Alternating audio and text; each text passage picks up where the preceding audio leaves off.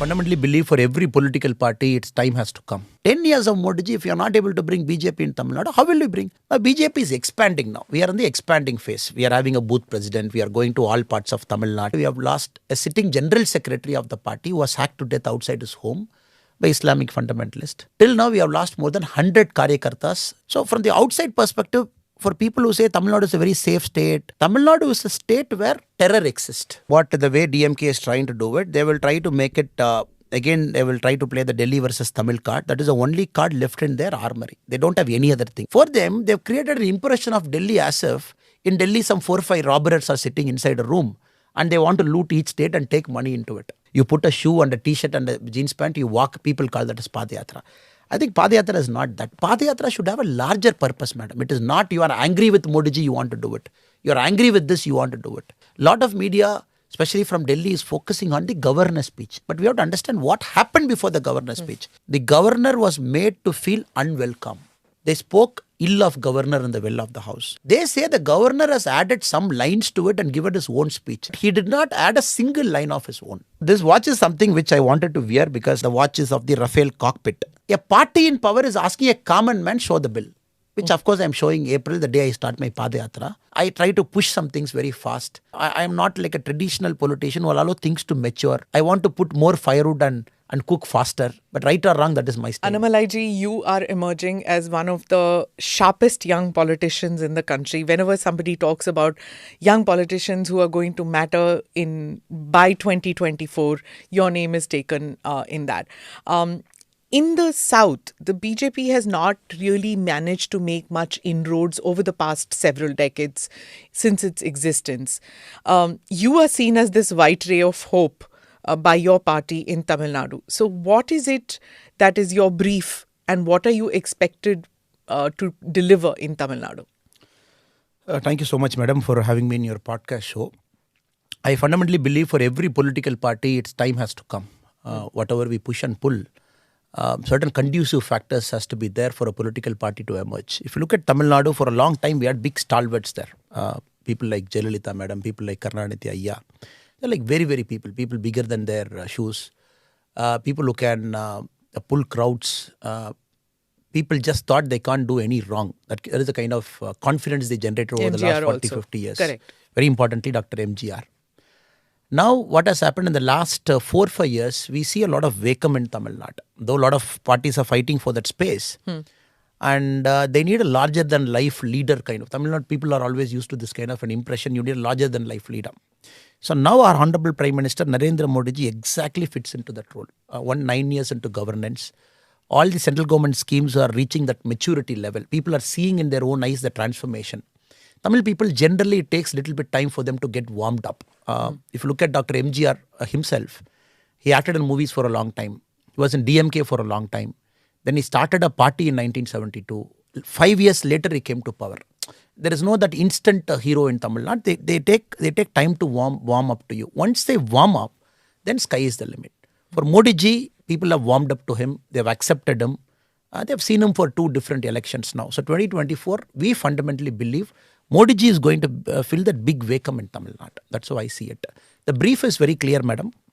To spread the party. The party has to go to all parts of Tamil Nadu, 39 Lok Sabha constituencies. We have to go around everywhere. The party is traditionally strong in some parts of Tamil Nadu. We are strong in Kanyakumari, where we have produced MPs. Nilagiri we have given MPs. Coimbatore we have given MPs. Trichy we have given MPs. So now we have to spread out tier 2 cities to the village level. That is the work we are doing as of now, ma'am. See, for our viewers and our listeners who may not be very familiar with Tamil Nadu politics, this, like when you said about this larger than life, many of the people that you mentioned, they came in from the glamour world. They came in from film industry, or Karunanidhi was not exactly from film industry, but he was a poet and, he had this interaction with the crowd and all that. And everything that we see about Tamil Nadu politics is huge posters and then people getting very emotional about their leaders and all that. Politics is very different from the rest of the country, isn't it? I partly agree with you, madam. It is true. We are definitely different from the rest of the country. And the initial part of Tamil Nadu, 1919, the Justice Party came to power in Tamil Nadu.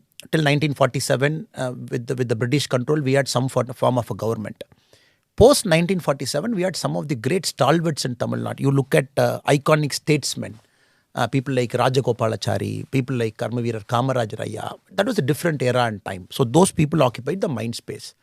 1965, post the Hindi agitation in Tamil Nadu, things took a sharp U-turn. Till then, it was more like Tamil Nadu was part of the national mainstream. When Rajaji was there, part of the national mainstream. Kamarajar, Ayya, part of the syndicate and very big leader. So Tamil Nadu was never far away from India. It was always connected. The schemes were coming and people were dictating up to the Delhi politics also. People sitting here were dictating Delhi politics.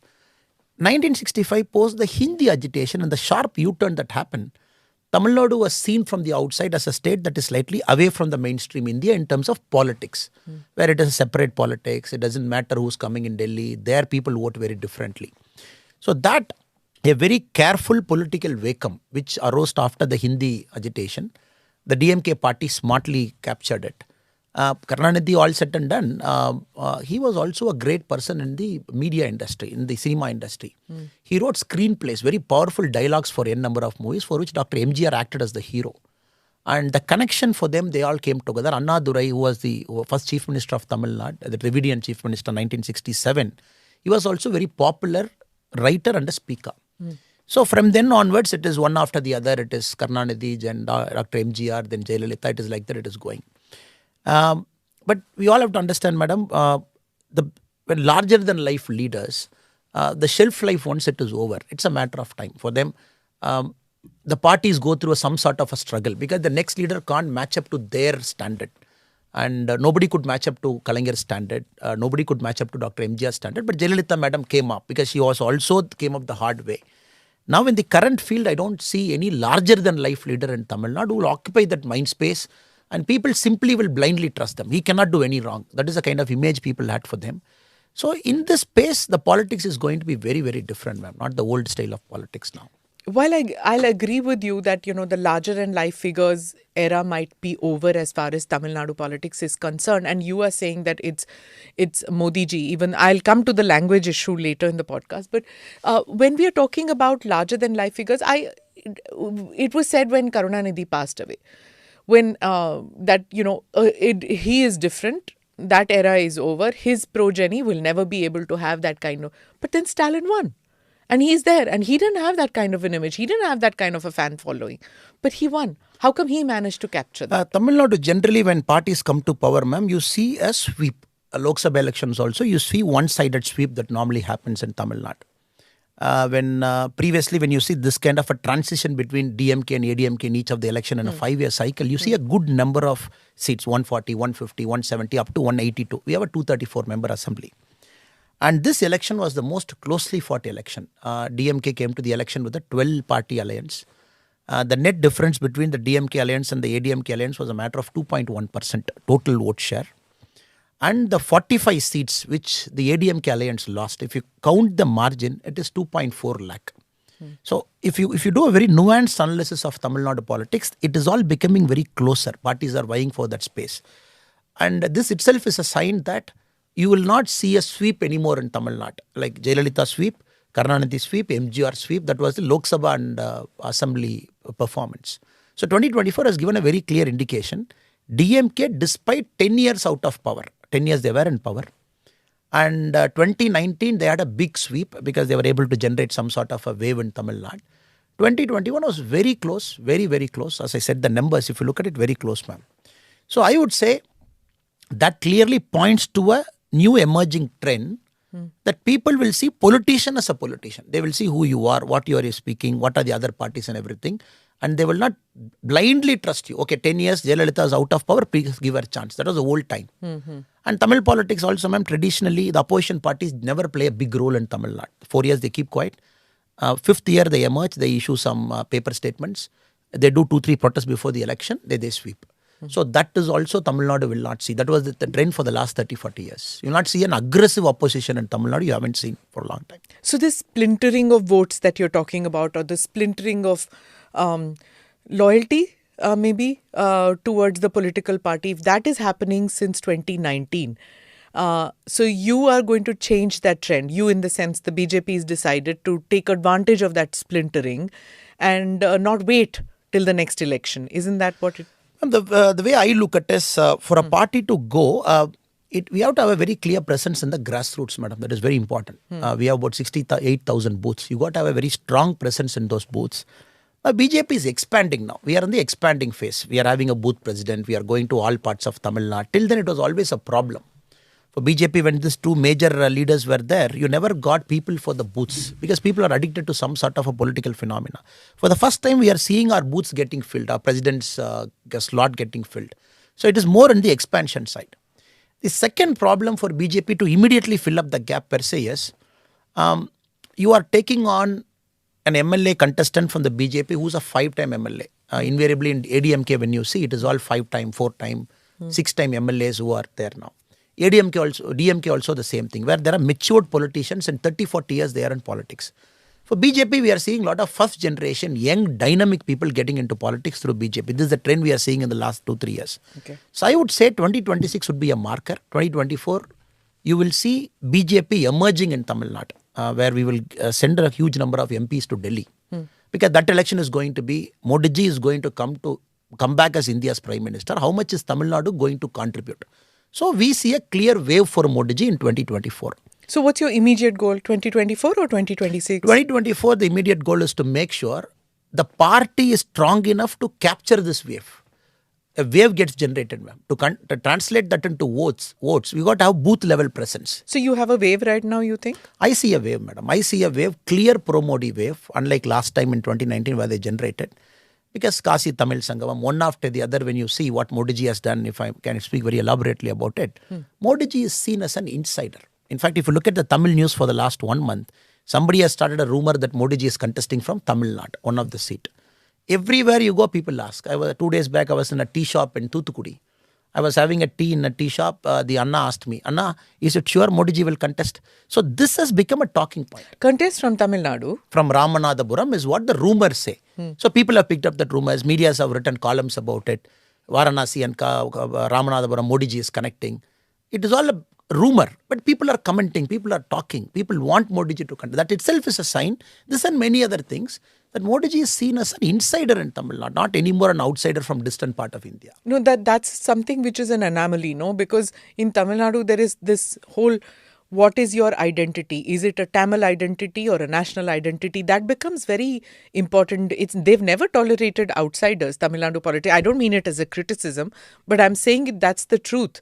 That you've not seen, anybody coming in from outside and contesting an election in Tamil Nadu, isn't it? That's partly true, madam, because a lot of Tamil-based identity, caste identity, local Dravidian identity, a lot of things goes into people deciding in their mind whom they want to vote. But since Modi ji has transcended everything, probably I think is probably the first outsider outside Tamil Nadu. Yeah. Nobody has done it. Even Indira Gandhi, as a second seat, she picked up from Andhra Pradesh, she picked up from Karnataka when she wanted to. Sonia Gandhi picked up from Karnataka. Rahul Gandhi has gone to Kerala. Nobody is daring to go to Tamil Nadu. That is why I was very confident now when I say this, ma'am. If you look at the current news space, this has become a talking point. That itself is a sign that Modi ji has transcended everything. So 2024 will be a very different election. So you think that, but see, it's a state election. The BJP did this even in Bengal. They had, they said that Modi magic is so strong. It was strong in 2019 in the sense that the vote share became very big in West Bengal. It's become the second largest party after the TMC. They did that, but state election is all about state leaders. How can Modi ji get... I agree with you, madam. Modi ji can generate that wave for you. It is very important the state leadership and the candidates who are there, they are in that correct mind frame. You should reflect the qualities of Modi ji. For example, if you're talking of a state election, it's very important the candidate selection is perfectly bang on, ma'am. You put correct candidates, all the social engineering, whatever you want to do, but more importantly, the candidate should reflect the qualities of the Honorable Prime Minister. The party should set a correct narrative and go. For example, Modi ji, how is Modi ji seen in Tamil Nadu? Modi ji is seen as a development person. Modi ji is seen as a unifier. Modi ji is seen as the first person, probably the Prime Minister or whichever person, president, whichever higher constitutional position you take, the first guy who took effort to reach out to Tamil people consistently in the last 8 years, 10 years, even when he was Gujarat CM. This is the image of Modi ji. The party has to reflect very carefully with a very calibrated approach. When we do it, both sync. If the party takes some other narrative locally in Tamil Nadu, then we will have a problem. The Modi ji's magic translating into votes is an art, ma'am. That we have to do the hard work. Modi ji can create that wave for you. As he said in 2024, we see a wave. But important thing in the next 16, 18 months, we are working like a war now. Put people in the booth, make sure they know what election is, they know which house to go, whom to approach, they know which voter is voting for us, go talk to them. Make sure he's ready to vote, but get his vote to the polling box. So this is something which we have to do, which Modi ji can't do for us as a Prime Minister. I get that. But, you know, the BJP has traditionally always worked with an ally in Tamil Nadu, right? Whether it was Vajpayee ji, he had very good relations with Jayalalitha ji, and then even Modi ji had very good relations with Jayalalitha ji. So it's always worked through via media, if I may say. Now you are making this, in all your speeches and in all your public interactions, it's the BJP. You don't talk about allies. You're talking about an identity creation of the BJP, an identity creation of Modi ji. In your speeches, in your interaction now also, it's only BJP, no ally. I keep telling this in Tamil Nadu also, madam. We are not against any party per se. There are respectable alliance leaders, alliance parties. At the same time, we are very clear, BJP has to become strong. It's not an alliance of convenience like what DMK does with 12 parties, caste parties and everything. Here it is alliance of respect. Though we and ADMK, officially we have a lot of disagreements on many issues, officially. Language issue, we want a 3-language formula to be taken up. They want a 2-language formula. They oppose the new education policy. We want the new education policy to come. So a lot of policy issues as a party we differ. But since it is based on a certain principle, we align together. ADMK also respects it. So I keep telling this, BJP has to have an identity of its own in Tamil Nadu. This is the time when Modi ji's image is all-time high. When we go to rural area, it is no more a house. It is Modi house. It is no more a money. It is Modi Panam. People have already started talking. As a politician, as a BJP Karyakarta, my job is to connect it properly, to translate that into votes. So once we do that, the alliance parties will also start respecting us. It is not that they don't respect us. But we believe even when we sit in an alliance, we should sit with strength. That is our belief. You sit with respect, sit with strength, so that you do politics there. Not because they wanted to give you some seats, 5 seats or 7 seats or whatever it is. You contest on their back. This is something we want to change the public impression also. Public have somehow got this impression in their head that this alliance, this party is very strong, this party is not very strong. We want to break that. That is why in the recent local body polls, we contested alone. We want to put the party under stress test. We want to see where this party is going. Can we put 13,000 candidates? Do you have the ability to put 13,000 candidates? First time after many, many years, our Karyakartas were doing their booth work full time. Because normally when you have an alliance in Lok Sabha and Assembly, the bulk of the election load is taken by the alliance parties because they have an established structure. So BJP never had the opportunity to learn politics at the ground level. This local body elections was a great opportunity where our people did politics. They know, first time they went to the ground level, they had a notebook, they know which house to survey, whom to talk. Then they came back and said, oh, Modi ji's image is great, great, great. I've been telling this for a long time, his image is fantastic in Tamil Nadu. Only thing is we have to do that connection and make sure that translates into votes. We're always told that language is a big issue in Tamil Nadu. Language identity is very big, which is true. Tamil language evokes very, very strong sentiments. And this has been the case for decades. Why is it that doesn't work when it comes to Modi ji? He speaks in Hindi. He doesn't speak in Tamil. Why is it that you think that there is a connect that the people have with Mr. Modi in spite of language being an issue? Or language not the same, not an issue. But the two things to it, ma'am. It could also be seen as, if you take 2019 as a barometer, 2019 Lok Sabha as a barometer, 2014 when Modi ji contested for the first time for the Prime Minister post, Tamil Nadu BJP stood alone. We formed an alliance of our own. But though we created the alliance, the other parties contested more seats than us because PMK contested more other parties. So there, the combined vote share of the BJP alliance was 19.3%, whole alliance. That was a historic number for us, where we were able to win 1 seat on our own in Kanyakumari also. The DMK's lowest vote share was recorded in 2014. They were at 23%. So they were only 4% more than our alliance, ma'am. This clearly shows when 2014 the whole country was like, oh, Modi ji is coming, Modi ji is going to change, and we want to go for Modi ji. That wave was in Tamil Nadu in 2014. Else you will not get 19.3% on one Lok Sabha seat contesting alone with a like-minded small three parties there. 2019, what happened? The DMK was very clear. From 2017 onwards, they run multiple TV channels, they run papers and everything, they run radio channels all as a party, as members belonging to that party.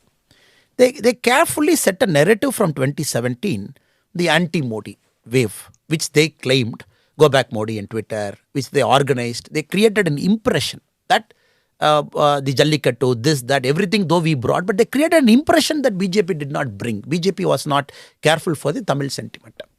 Now, last time when Modi ji visited Tamil Nadu, madam, last time when he visited Madurai, the Vanakkam Modi, just to give you a number, how it has changed now. Vanakkam Modi, Vanakkam in Tamil Nadu means welcome Modi.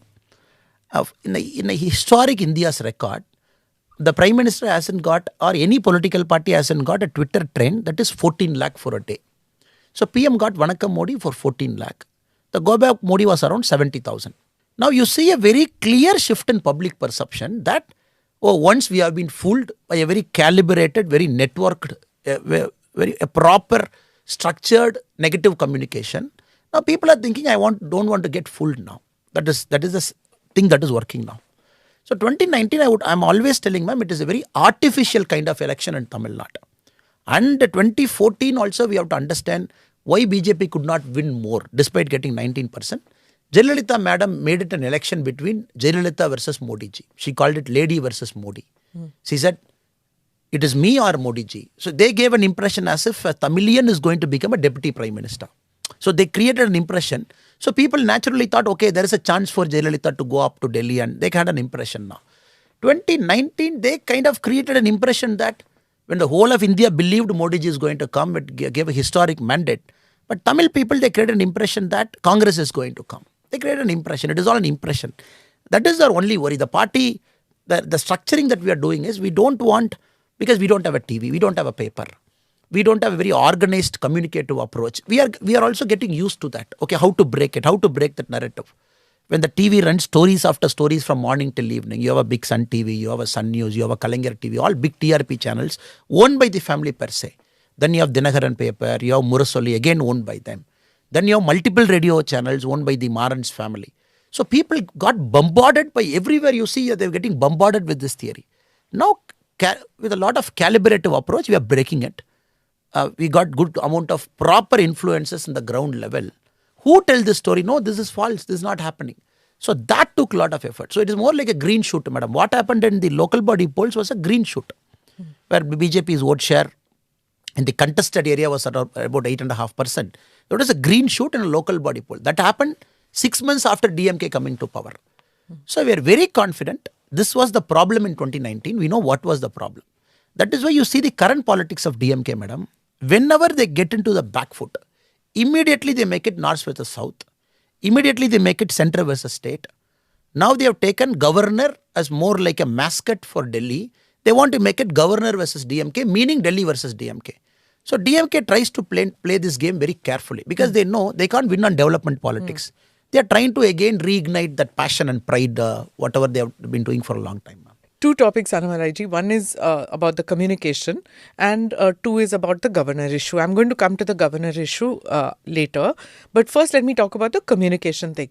It will seem a little strange for people who don't know much about Tamil Nadu politics because mostly people think that BJP's communication management is probably leaps and bounds beyond anybody else. I mean, any political party you talk to, whether it is the Congress or whether it is the TMC, they'll all say all channels are only speak about Modi ji, only talk about BJP, everybody is Godi media, it's only the BJP. But what you are saying in Tamil Nadu, it is completely different.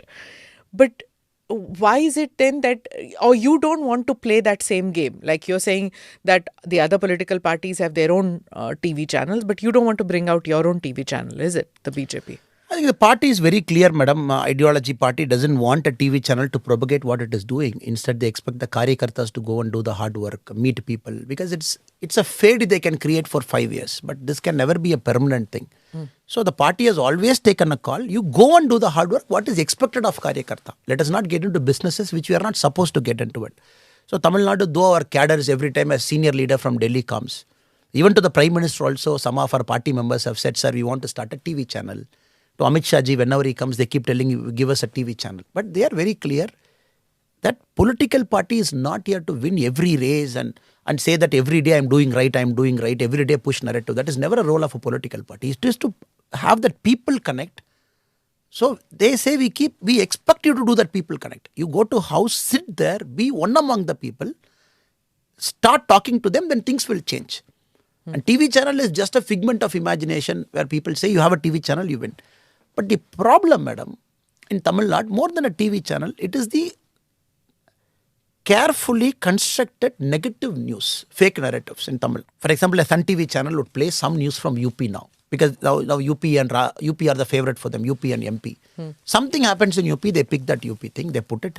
You see the Yogi ji government, this is happening in UP. That has got nothing to do with Tamil Nadu politics. That news has got nothing to do with Yogi ji government also. It is some strange issue somewhere.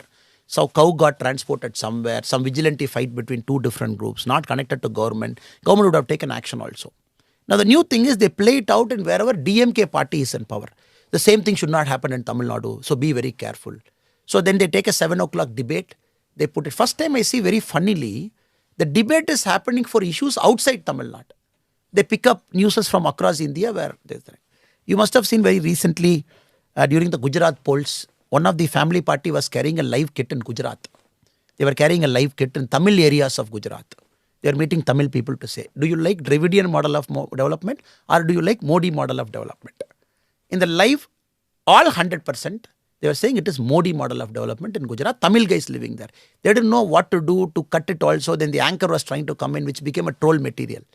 Now this is something, because since they are ruling party now, for what was working for them, madam, when we were in opposition for 10 years, for DMK, everything was anti-Delhi, anti-center, anti-Modi. Now since they are ruling party, people are angry with them. They didn't want to project anything within Tamil Nadu. So first time they're coming outside Tamil Nadu, picking up a Gujarat or picking up a UP, trying to play it sentimentally. This is a new trend. So there is the BJP model, which they are saying is not working as compared to the Tamil Nadu model, which is working. You are right, madam. They want to do that comparison and bring that fake narrative inside. Because every 5 years they change that strategy. So since the BJP doesn't have a TV channel of its own in Tamil Nadu, you're saying that Twitter trends will work for you as far as narrative building is concerned? Twitter is a small part of a public discourse. I just gave that number to tell you how things have changed. But with Twitter, nobody is going to win an election. With Facebook, nobody is going to win an election. YouTube. But what I'm trying to say, ma'am, like I said, we have to spread and have presence in 68,000 booths. That is what we tell people. Is that your brief as state president? Yes, madam. To grow organizationally, to put roots, be present everywhere. What happens when many a times somebody in some house, in some village is willing to vote. You don't have an organizational presence. The traditional parties, they do a transportation for them for elections also. Where they get that 5-7% extra voters, even people who want to vote for us, since we don't have an organizational presence, they convert that vote to their party because they give that last minute push to them. Correct. So our job is to just go around Tamil Nadu, make sure we put roots. And very importantly, madam, in Tamil Nadu, unlike other parts of India, a booth president of DMK is a booth president for 30 plus years. Next time when you come to Tamil Nadu at the ground level, when you see a booth president of DMK, he will be an old man of 74, 75 years. 30 years is the booth president. They will not change because the state party president doesn't change. It's one family. The district presidents are there for 20 to 25 years because they are the MLAs, the ministers and district president. So what happened? This guy, especially the booth president, he puts a root there. So he is the guy who helps them for daily issues. He calls the police station, he goes there, he comes there. So our BJP, we have a very different kind of politics. We want to give opportunities to everybody. Nobody is permanent in the party. We keep shifting the leaders. So our guy has got a problem, especially to Tamil Nadu politics, where those people stick. Dravidian model, the booth presidents are there for 30, 35 years. We are trying to figure out this. We have to break this also by saying, That new people, once you go there, we have started a program called Illam Selvom, Ullam Velvom recently. We said each Karyakarta has to take care of 25 houses in his locality. Any problem in that house, you are the first responder like a cop. There is a rainfall issue, go there, solve it. There is a central government loan issue, go there, solve it. Don't work like a party Karyakarta, take ownership of that house. So I'm very happy to say, as of now, there are about 90,000 Karyakartas engaged in it. Each person has taken 25 houses going around. Because the only way to break that logic is our guy taking ownership of 25 houses. Because we don't have a model where every household will know he's our booth president for DMK, call that fellow, he'll fix up a bulb. But for BJP and national parties, we have this problem competing with the traditional Dravidian regional major, because sometimes you have to play our game differently also, madam. Trying to catch up doesn't work. When you are hunting for talent, when you're hunting for this booth level, when you're hunting for district level, what is it that you're seeking? Is it youth? Is it new ideas? Or is it somebody who's established, you break away from another party? What is it that you're seeking? Ma'am, I fundamentally believe the people who are slightly more resistant to change are people who are seeped in a particular way of Tamil Nadu politics. Many people, when I talk, they say this will not work. Larger than life image will work. So those people have seen Dravidian politics for 30, 40 years. The first timer, the second timer is willing to change. 18 plus, still about 45 guys is willing to change, willing to experiment. So those are the guys coming to BJP in a big way. At the same time, the party, we are admitting outsiders also in a big way. The party has to expand. There's no other way you have to bring outsiders. But at the same time, ideologically, when a party from a 6%, 7%, you have an ambition to go to 25%, because you have to jump 4 times. Likely meaning you have to bring outsiders in more number. When the internal gelling is not happening, we see a lot of places it creates artificial friction. Then people go out once you lose an election. People don't stay for the long term. So it's a big laboratory experiment that is happening. We are bringing outsiders in a big way. We are pushing youth also, giving them positions of importance. Same time doing simultaneously manpower training, simultaneously getting them to mature much faster. Because every day we tell them, you are competing with a 5-time MLA. Any of our aspirant, I tell them, you are competing with a 5-time ADMK MLA or a DMK MLA who is there for 30 years in the constituency. He has got face value. He has done work as a minister. Now, unless you do something different, you will not have a chance. Modi ji's image is great. Wave is there. Modi ji will bring you 50-60% of votes. The rest 30-40% we have to get it. By our face, the party symbol and everything. So wish people be more like a social worker. Political party is okay. Karyakarta is okay. That is why the 25 houses theory, we want them to go mingle with the house and start behaving like a social worker. So you were talking about the messaging. So the messaging for a long time has been that the BJP is an anti-Dravidian party. Now, if that continuously is hammered, at times that message must be sticking. You know, I'll tell you, recently, the Hindu newspaper's editor, Malini Parthasarthi, she did a Twitter poll in which, you know, it was asked what is more important. They said that this more than 50%, I think, votes went for that the Tamil identity is stronger than the national identity. Now, that's a pretty strong thing. It is probably, you'll see that in Bengal and you'll see that in Tamil Nadu, which is happening. And the BJP is seen as a party that is trying to break that. So where are you, or do you want to break that? What is it? Is it a wrong perception? This poll, madam, if it has happened 10 years before, probably would have seen 80-20. Now we are seeing 60-40 or 55-45. That shows things are progressing. Maybe 1970 it would have been 95-5 or something like that, madam. So I see this poll as a barometer which is showing that ground is shifting. Once you cross 50-55, then we would call national parties era. So in a way, I partly agree with you, madam, that this poll is indicating something. Ground is shifting. 2019, if you had done the poll with all the center, anti-Modi, whatever DMK was generating, it would have been different, ma'am. How long does it take, Annamalai, for an anti-BJP, anti-India? Ma'am, I call myself a dark Dravidian. Okay. I call myself a dark Dravidian. The media people ask me, sir, you are dark, that is visible. But calling you a Dravidian, how do you substantiate? I said, look, it's a land of Pancha Dravida. If you look at the old literature, we call Pancha Dravida. Pancha Dravida right up to Gujarat, the current Pakistan, Pancha Dravida. What happened? These fellows, a landmass of Dravidian was converted to a culture, converted to a people, converted to a boundary. Before 1956, What do we call as Tamil Nadu, madam? It was a Madras presidency going all the way to Orissa, going all the way to Maharashtra. Mysore, this way we have cut and we have come. So it was a combination of many culture and many things before 1956. Even the Madras, the name itself has come from a Telugu ruler. Even if you go to Chennai now, people say a good number of population in a very higher side, they speak Telugu origin. The erstwhile people settled in Madras. Now, this is a new theory they have started from 1956 calling this boundary. In Tamil movie, we have this Vadivela movie. You don't cross this line, I don't cross this line.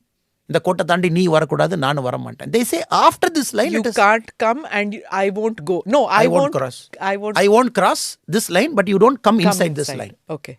Now this is DMK style. This line is Dravidian line. The geographical boundary. Which is never the case. This is something they have given a narrative to it in the last 30, 40, 50 years. They say now Dravidian means which is a shrinking area inside Tamil Nadu. Moment you cross Tamil Nadu border, which was a erstwhile Madras presidency, where our Cheras, Cholas and Pandyas ruled, where our great kings went, where people still have relations settled the other side of the border. This is something which I say, look, I am also a Dravidian by this logic of landmass. And I am a 6th, 7th generation born this person, a farmer. So this is very important for Tamil Nadu because we also have to speak a language which people understand. And moment Dravidian we get into this race and culture and boundary, then it becomes very tough, madam. Secondly, the second part also, madam, BJP very conveniently they make it a Delhi-centric party. For a regional party, for them the first branding they do is a Delhi-centric party. If a Delhi-centric party comes to power, their interests are always towards Delhi, not towards Tamil Nadu. For them, they've created an impression of Delhi as if in Delhi some 4 or 5 robbers are sitting inside a room and they want to loot each state and take money into it. They don't understand Modi ji has come from Gujarat, an outsider in pure terms, coming to Delhi because it is an administrative capital. In the people's mind, Delhi is made as if it is some robber barons are sitting in Delhi. They will loot Tamil Nadu, take our resources. If you go to a village, that is an impression. So for us, the problem, ma'am, simultaneously we got to grow the party, strengthen the organization, break the narrative, set correct narratives. We all have to do it simultaneously to get that win. But there were two prime ministers from Dravidian states, if I may say, call them that. I mean, there was Deve Gowda and there was Narasimha Rao. They were there. NTR played a major role in national politics at one point of time, getting the Janata Party together and the whole front together, opposition. So it's not as if Dravidian leaders have not paid, but somehow Tamil Nadu gets very angry with it. And that sentiment has been taken over by Rahul Gandhi when he said in the parliament also that the BJP will never be able to, he pointed out that from Bengal to Orissa to Tamil Nadu to Kerala and even at one point of time Karnataka, you will not be able to even enter this region, he said. Talking about regional leaders in these parties, in these states who are going to prevent the BJP storming lower than the cow belt area, which is called. Yes, in the parliament. But I welcomed Rahul's statement in the sense I said, only if you say things will happen ulta in Indian politics. Whatever you have said, it has happened ulta. I said for BJP to come to power, it is important Rahul Gandhi should have said that statement because he said it without understanding Tamil Nadu politics. A state, maybe for his grandmother and a great-grandfather in the initial time, when the power transition was happening from Britain to India, Pandit Jawaharlal Nehru asked Rajaji, Chakravarti Rajagopalacharyji, how should we shift this power? How should we give a narrative that power is getting shifted? And Rajaji gave an idea. In Tamil kings used to carry the sengol, scepter. I will make a scepter in Tamil Nadu, bring it to Delhi. We will give it to Mountbatten. So he will give that scepter to you, we will collect it, and we will show there is a transfer of power. Technically, the transfer of power happened in photograph-wise. The scepter was made in an Adinam in Tamil Nadu. A Shaivite Adinam in Tamil Nadu, it came. We can keep giving a lot of connections, madam, right up to Kamarajar. Now, he has to understand Tamil Nadu was always a land that favored nationalism. Because you see, ma'am, a state that far across from the epicenter of what is happening in Indian politics, the Delhi and Mumbai and other things, the quality of freedom fighters it gave. It is like far beyond a state that is in the hinterland of India. Far beyond. It has always got that. It has always got that. Now he has to understand Tamil Nadu has behaved in a very different way because it is people like that who chose to do politics inside Tamil Nadu. Even I've seen Congress inside Tamil Nadu. They speak a Dravidian DMK's language. For example, NEET. Congress party opposes NEET in Tamil Nadu. Congress party opposes new education policy in Tamil Nadu. Whatever DMK says, Congress says it. That is why I call Congress in Tamil Nadu as DMK's B team. Because ideologically, they don't have a different stand, madam. It is very unfortunate. Rahul Gandhi ji somehow believes it is by parroting this statement, Congress has got a life support in Tamil Nadu. But we chose to see it some other way, that we have to just regain the glory, get that narrative right. Moment we get it going, it's a matter of time Tamil Nadu will get into the national mainstream. Madam. But Congress has never had an issue being the B team of the DMK, isn't it? I mean, never in the sense I'm talking about 15 years now. They don't have a problem being B team. Because they're not ambitious, madam. They don't have a problem. In the sense, ambitious in the sense, for any political party, the reason for its existence is to come to power. BJP in Tamil Nadu were very clear, the party has to come to power. Only then ideology and whatever we have to do, we can do for people. But very surprisingly, I see in Congress, for example, a senior leader like Peter Alphonse, very senior leader in Congress. He says the only person who can save India, he says, is MK Stalin. He doesn't say Rahul Gandhi. I questioned him, sir, you are such a senior leader in the Congress, the number 2 in the party. You are giving and talking in the press that the only person who can save India is MK Stalin. You have conveniently forgotten your own Rahul Gandhi. So Tamil Nadu, we see in the ground, now MK Stalin for them has become more superior than Rahul Gandhi, including the state president. Because they keep parroting for them, they want that bit of MLAs to show that they are existing in Tamil Nadu. And for them, I can give you an example, ma'am. 2014 when Congress was standing in some constituency, and 2019 when they aligned with DMK, their vote share tripled. Somehow they have this false notion, aligned with DMK, we will come back to power. That is what Congress is thinking. I don't think it bothers Mr. Rahul Gandhi so much if there's a cult following for Stalin, isn't it? I find it very funny because the way both of them behave, madam. Rahul Gandhi Sree Rahul Gandhi ji wanted to start his Bharat Jodo Yatra from Kanyakumari. They have invited Stalin ji to come and flag off. Very conveniently what he did is, he called Arvind Kejriwal ji to Chennai a day before. Arvind Kejriwal ji was in Chennai a day before the start of Bharat Jodo Yatra. CM and Arvind Kejriwal ji both inaugurated a government school upgradation in Chennai. Next day he went to that program. He told them, I have some throat infection, I can't give speech and all, but I will do flag off. So very, very clearly MK Stalin ji plays this double game. Congress is weakening. Moment it crosses beyond that limit where it can't salvage itself, I will throw this out and align with somebody else. That is MK Stalin ji's calculation as of now. Congress understands this. They go overboard to catch him now. Rahul ji, he goes overboard. He understands the strategy of MK Stalin. He's like, MK Stalin is great and Tamil Nadu DMK is great. This was not Rahul Gandhi ji's stand in 2019. 2019, he never came to Tamil Nadu for canvassing, madam. I'll put it on record. 2019 canvassing, not even a single stage. Rahul ji and MK Stalin ji were together. He came for canvassing for Congress rally. He never stood in the same platform with MK Stalin ji because somehow he had this aversion that 2G scam and other things. He didn't want to align with them and other things.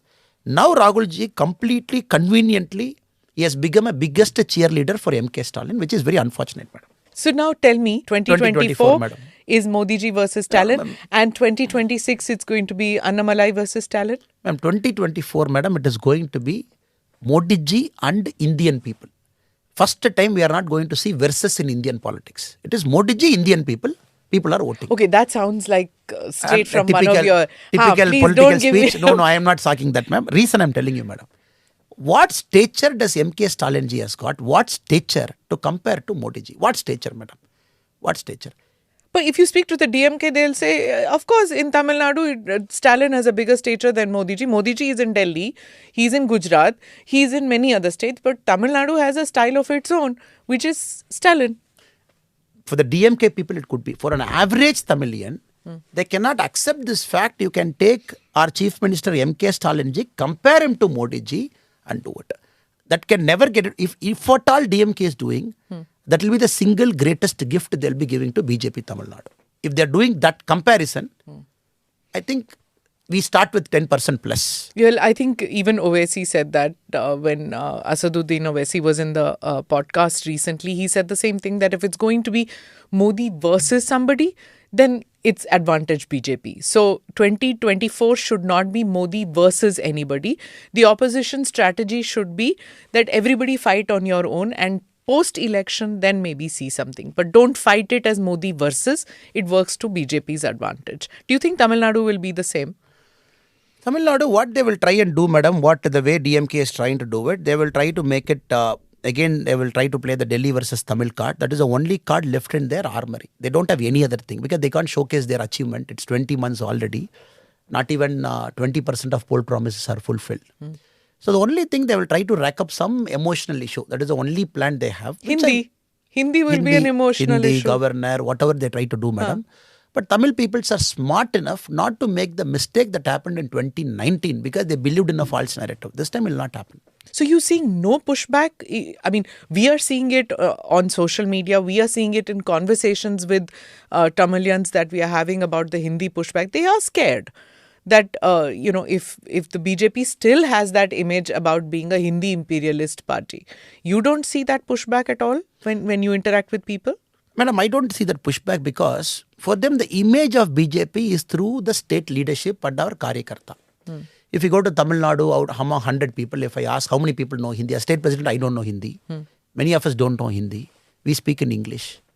With broken Hindi, whatever we can manage, we speak. Like a typical Tamilian who don't know Hindi, with broken Hindi, whatever negotiation we do in the airport, railway station, we come out. So they see it.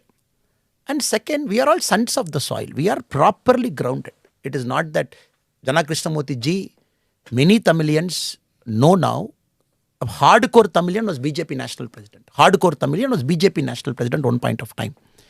Now I believe, madam, there is no more this Hindi thing will work because normally when Modi ji speaks in a language, for DMK it is easy to say, see, Modi ji is speaking in Hindi, Modi ji is speaking in Hindi. Now they want Modi ji, DMK wants Modi ji to speak in Tamil, then they will say, okay, Modi ji is for Tamil Nadu. But what has happened, people have understood this stupidity. Why should he speak in Tamil?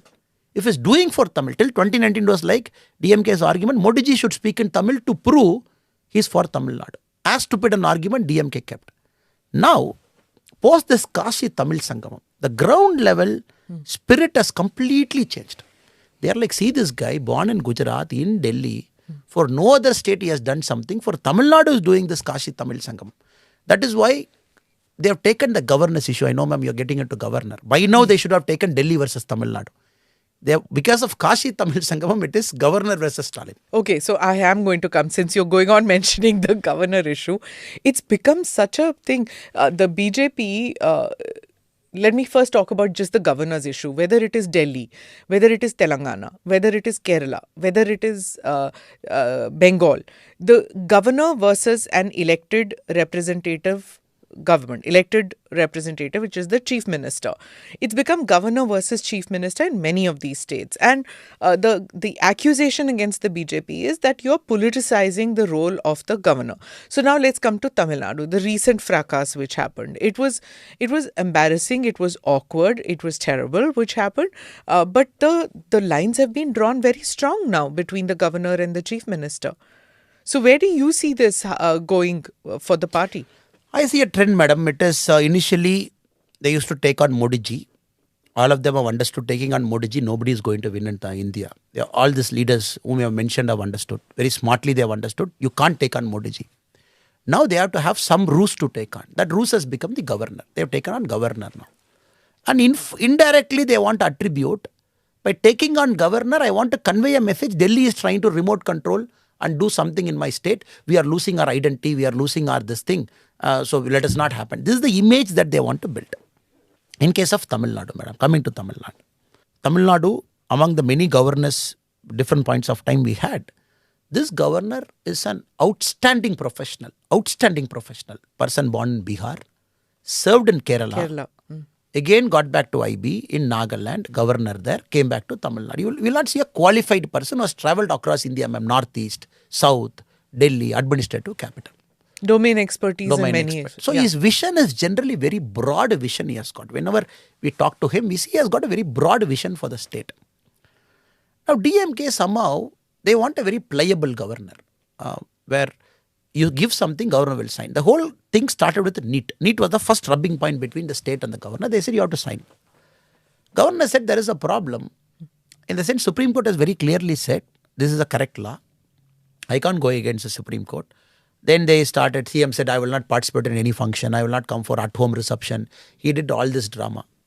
Now it is with the President of India, madam, the NEET, whatever resolution Assembly passed. Then every four months they waited. CM was saying that outstanding governor, very good for the state. These are the words he used in the stage for 4-5 months. Then the second rubbing happened, madam, when governor used a word called Tamil Nadu Tamilagam. That was a recent fight. Governor in an informal setting to a set of audience, he said, I prefer to use Tamilagam. He never said nobody should not use Tamil Nadu. He said, I prefer to use Tamilagam. I suggest you also to consider. This is what he said. If you ask me as a person, Annamalai as a person, what do you use? I prefer to use both Tamil Nadu and Tamilagam because I've been using it for the last many years. So those who don't understand, can you please explain the difference between the two? Tamil Nadu. Nadu means generally a country. Nadu generally means country. India Nadu it's called. India Nadu means country. India. Literally would be inhabitants of an area. No, Nadu is. Nadu means country, madam, in the colloquial term. Okay. But Tamil Nadu means it is basically the land of Tamils. If I can do a rough translation, a place, land of Tamils. People might carry an impression that this looks like a separate state.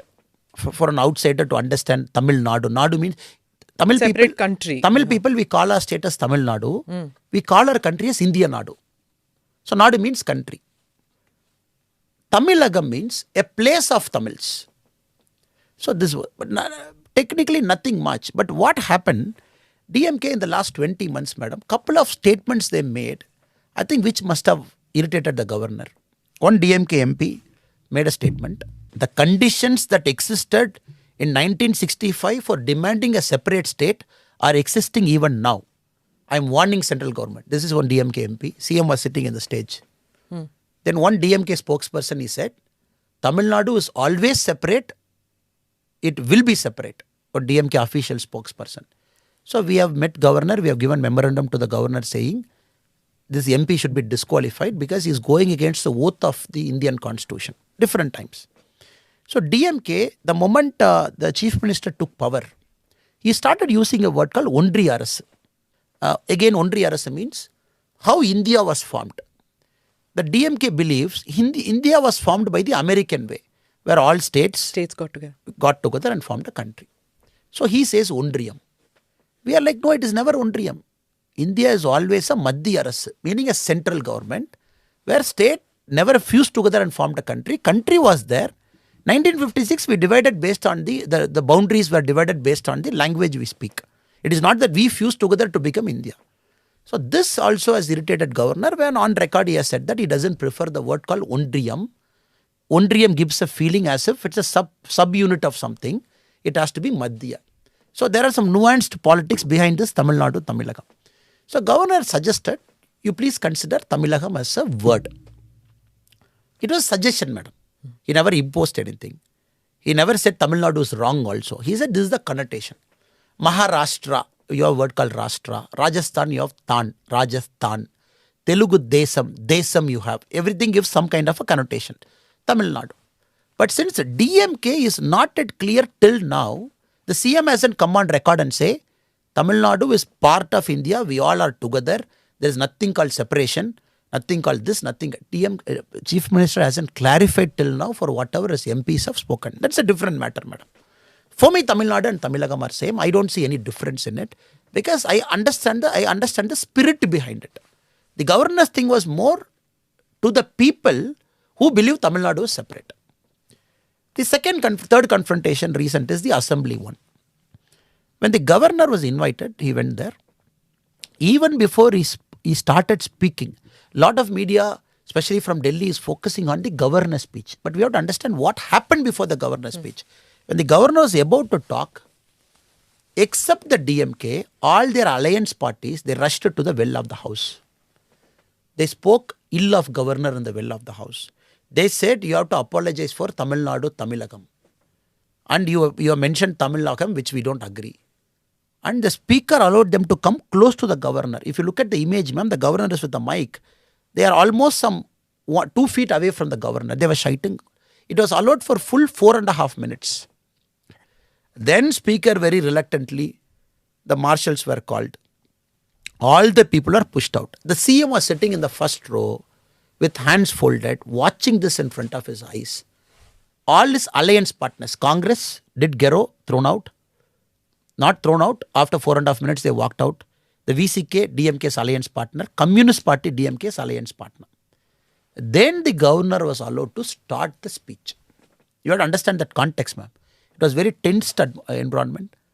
The governor was made to feel unwelcome. If you look at the images of what happened, the moments before the governor spoke, the speaker sitting in his chair, not even condemning the member, standing up and saying, all of you keep quiet or get out. Because the governor's address, the rule is very clear, ma'am. Nobody can interpret. This is much different from the other days of the house where members interpret. In governor's address, it's very clear people can't interpret because immediately the punishment is much more severe by throwing you out, by suspending you for more time. In other times, interruption can be called as fundamental right to speech. But here it is not that. Then the governor started a speech. Governor gave a speech. Then the governor was waiting for the national anthem to play. Once the national anthem plays, the governor's speech is complete, the governor will walk out. They didn't put the national anthem. I don't know, purposefully. Then the CM suddenly stood up. He passed a resolution saying, whatever the governor has spoken today, it will not go into the assembly's record. First time in Tamil Nadu's history. Then immediately the governor walked off. Now DMK is setting two narratives in this. One, they say the governor insulted the national anthem. The governor never insulted the national anthem. They insulted the national anthem by not allowing the national anthem to play. And CM, he broke the complete decorum of the house by speaking something out of context in front of governor, saying that whatever you have spoken will not go into records. Thirdly, they say the governor has added some lines to it and given his own speech. Never, madam. The governor, it is true, he hasn't used certain words the DMK has given. But he did not add a single line of his own.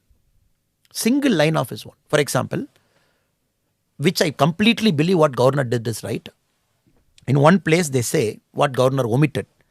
The Tamil fishermen who are arrested in Sri Lanka, they got repatriated back only by the efforts of Tamil Nadu government. This is the line. The governor added, due to the efforts of Tamil Nadu government and central government. What is the wrong in it? In case the governor hasn't added central government, the governor is doing a constitutional disservice, which means he is himself admitting the state government can take control of the external affairs relationship. It is central government which brought the fishermen back. Of course, Tamil Nadu chief minister would have written a letter to our external affairs minister. The governor, going by the constitution, added what is the constitutional's correct position. DMK is saying, no, whatever we should have given, you should have read it. The next line. They have mentioned Tamil Nadu as a state is a safe haven for peace. Just now we had an ISIS bomb blast. We had a police constable molested in a DMK function by DMK party functionary. Governor in his conscience, he said, is not going to read it. He never told it in the open. That is what we are given to understand. Because governor maintains a studied silence. He didn't read that one line. The next line they say, no, you insulted Ambedkarji, you insulted Annaduraiji, you insulted them and all. Governor never insulted them. In that line, the Dravidian model of development was there. But it was like a political line. They said the vigor, the valor and the great march of Dravidian development model. Apparently we were given to understand, governor has said, please remove these three adjectives. Vigor, valor and march. I will read the other things. Because I can't speak like a political person. He doesn't have a problem with reading Dravidian model of development. But the words before it, glorifying Tamil Nadu, glorifying the chief minister by adding adjectives to it, governor said, I am not reading this line.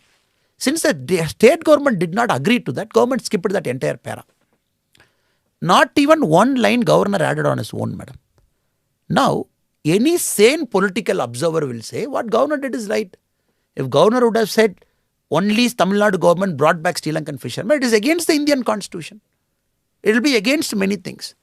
And very importantly, we are finally seeing a governor in Tamil Nadu with a lot of conscience. Every governor had conscience. I am not putting anybody down, madam. But he's having a lot of conscience. He's saying, okay, I am going with you. The Council of Ministers have got superior power. I'm not questioning it. But be very reasonable. Tomorrow, DMK, in the next governor's address, I've thrown them a challenge. You will add one line saying, Tamil Nadu will separate from India very soon.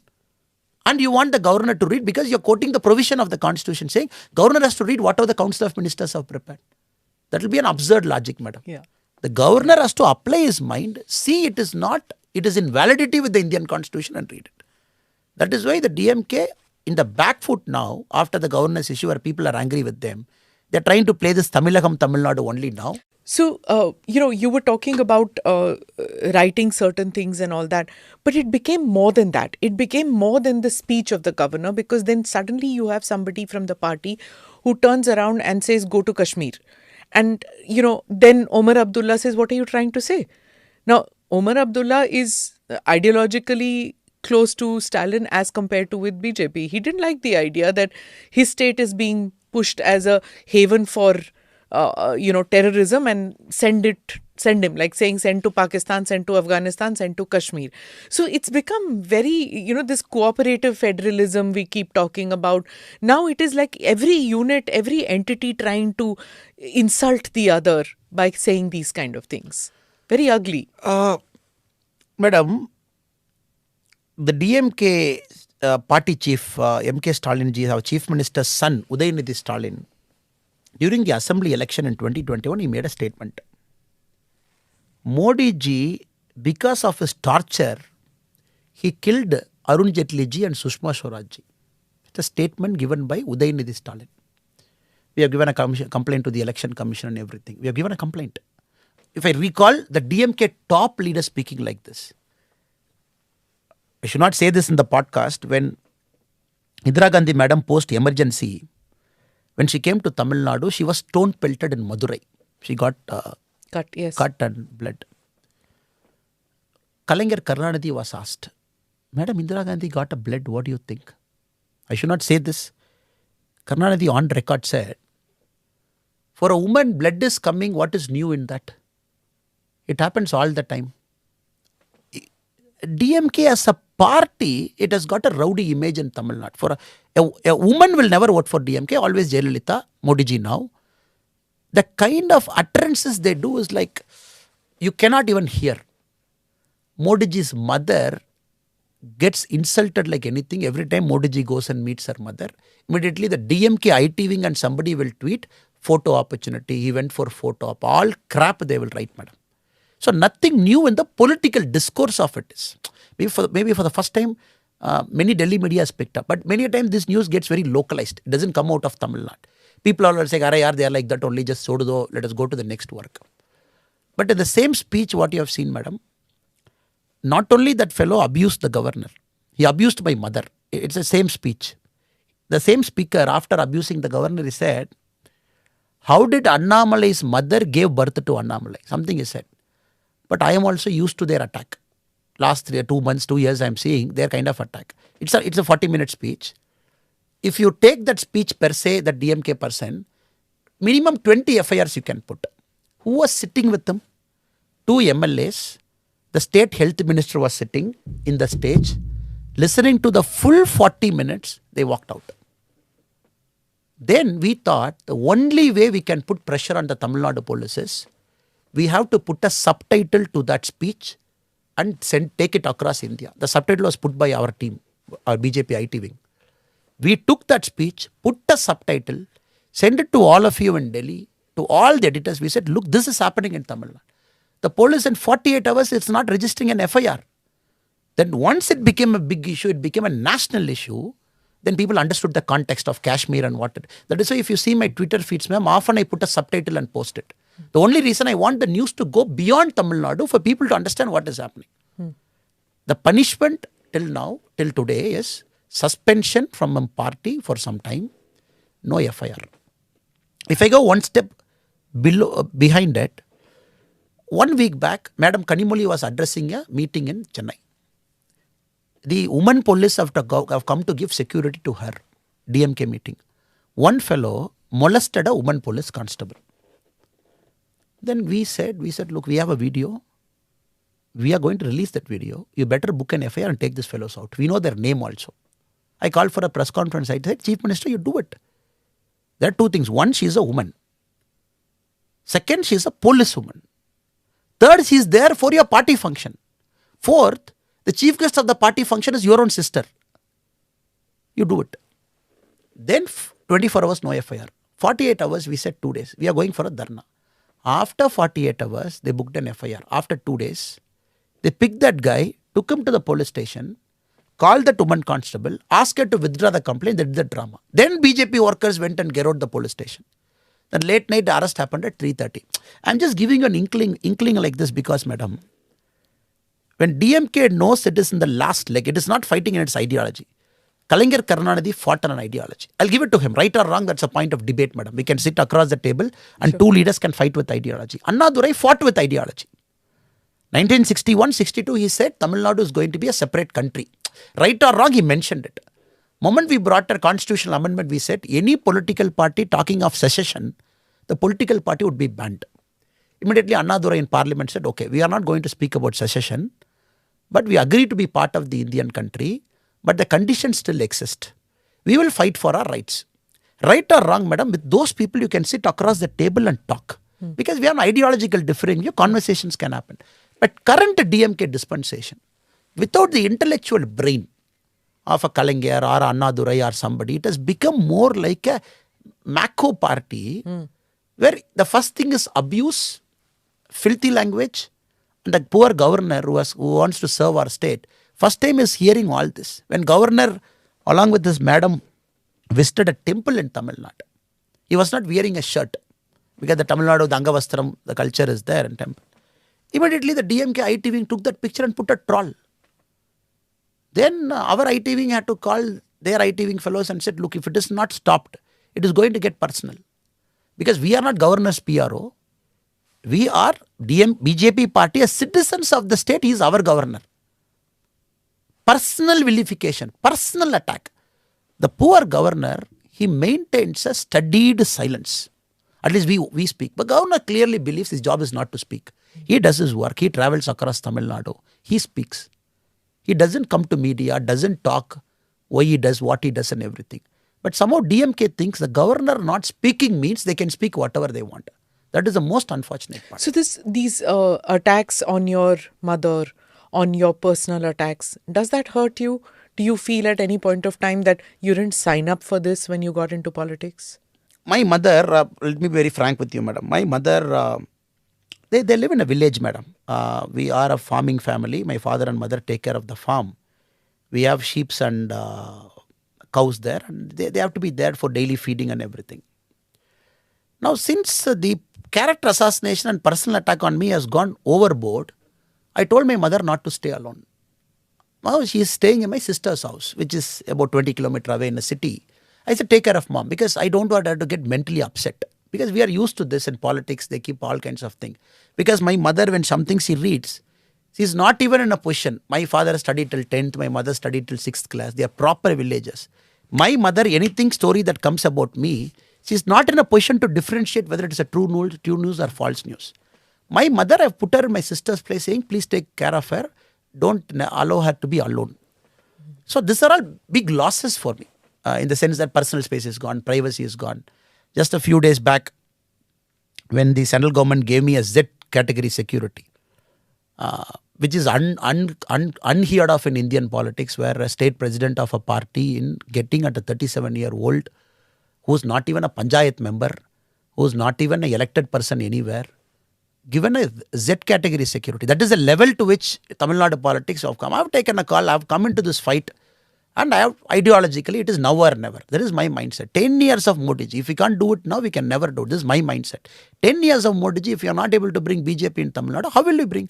Because I personally believe there is no more leader who's going to come into India who's Modi ji's charisma. It is like one generation Avatara Purusha he comes. This I am not saying as a Karyakarta. I am saying as an Indian citizen. He motivated me to resign my job and come. He, in the sense I never spoke to him. He as a person. I said, my state also needs cleansing. If this guy is there when you can't do it, which time you will do? I came, I resigned something, I came and I'm doing something. But the losses are huge in the sense. Character assassination, vilification, They pull my parents, pull my father and everything. But I have to understand, madam, it is more like a Bhagavad Gita here. I keep telling, it is always on the process. Just keep doing that process without expecting the result. What I am doing, the results might come 5 years later, 10 years later for somebody, for the party leaders at that point of time. I'm okay with it. But here, I am very clear. Let me keep doing this as a party. Take leaders along with me. Not focusing too much on the result. Because you focus on the result, my mind is gone. Because this is a state, though I am very positive and very optimistic with respect to what has happened, but you're taking on very powerful forces, media, money. They know very shrewd politics, like what you correctly said. Any point of time, they can switch on emotion, switch off emotion. They can play the cards very well because they're used to it for the last 60, 70 years. I'm like first time politician, first generation politician, 2 years into politics. Every day is learning, every day is fighting. So it's very tough. It is not very easy. But good thing is, when you have leaders like Modi ji, Amit Shah ji, Nadda ji at Delhi, who clearly understand what is Tamil Nadu. Because it's important. People sitting in Delhi should understand, madam. Our top leaders should understand.